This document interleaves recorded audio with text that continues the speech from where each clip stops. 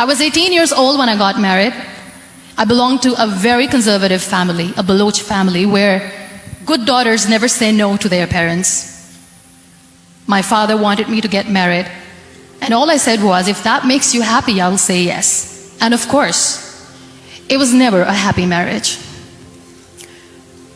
Just about after 2 years of getting married, about 9 years ago, I met a car accident. Somehow my husband fell asleep and the car fell in the ditch. He managed to jump out, saved himself. I'm happy for him. But I stayed inside the car and I sustained a lot of injuries. The list is a bit long. Don't get scared. I'm perfectly fine now.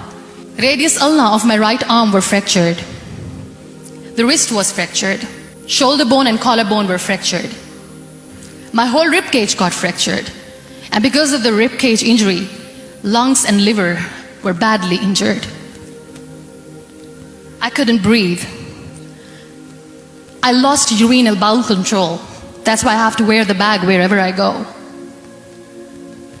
But that injury that changed me and my life completely as a person and my perception towards living my life was the spine injury. Many people came to rescue. They gave me CPR. They dragged me out of the car. And while they were dragging me out, I got the complete transection of my spinal cord. Those 2.5 months in the hospital were dreadful. I will not make up stories just to inspire you. I was at the verge of despair. One day, doctor came to me and he said, well, I heard that you wanted to be an artist, but you ended up being a housewife. I have a bad news for you. You won't be able to paint again because your wrist and your arm are so deformed, you won't be able to hold a pen again. And I stayed quiet. Next day, doctor came to me and said, your spine injury is so bad, you won't be able to walk again. I took a deep breath and I said, it's all right.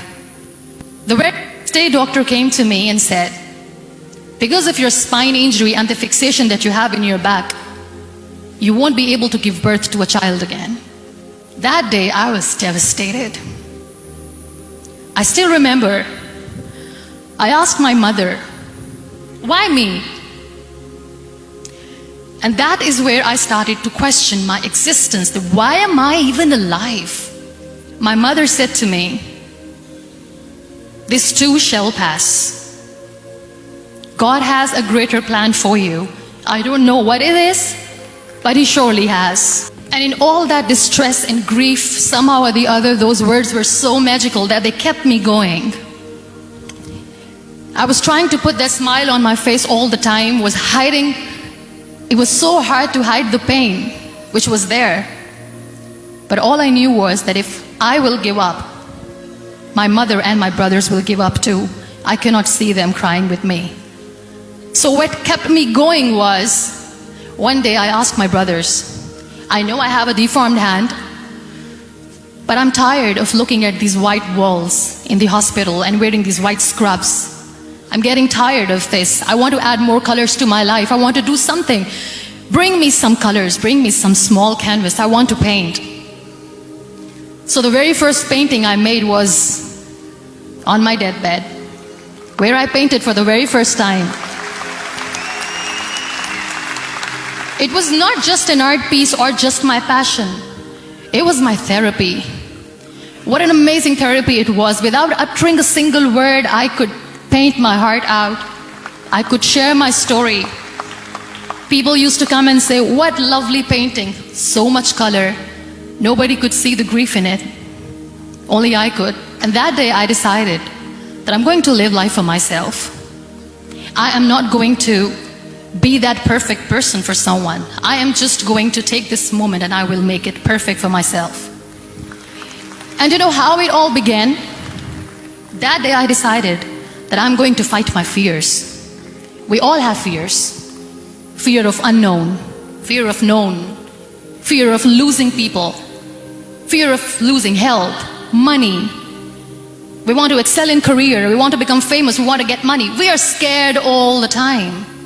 So I wrote down one by one all those fears, and I decided that I'm going to overcome these fears one at a time. You know what was my biggest fear? Divorce. I couldn't stand this word. I was trying to cling on to this person who didn't want me anymore, but I said no. I have to make it work. But the day I decided that this is nothing but my fear, I liberated myself by setting him free. And I made myself emotionally so strong that the day I got the news that he's getting married, I sent him a text that I'm so happy for you and I wish you all the best. And he knows that I pray for him today.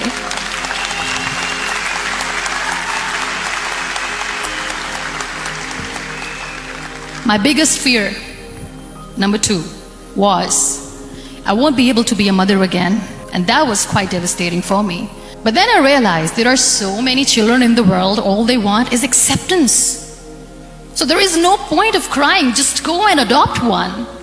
And that's what I did.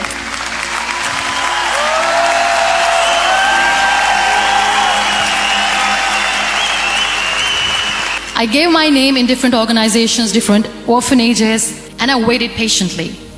2 years later, I got this call from a very small city in Pakistan. I got a call and they said, "Are you Muneeba Mazari? There is a baby boy and would you like to adopt?" And when I say yes, I could literally feel the labor pain. I said, yes, I am going to adopt him. I am coming to take him home.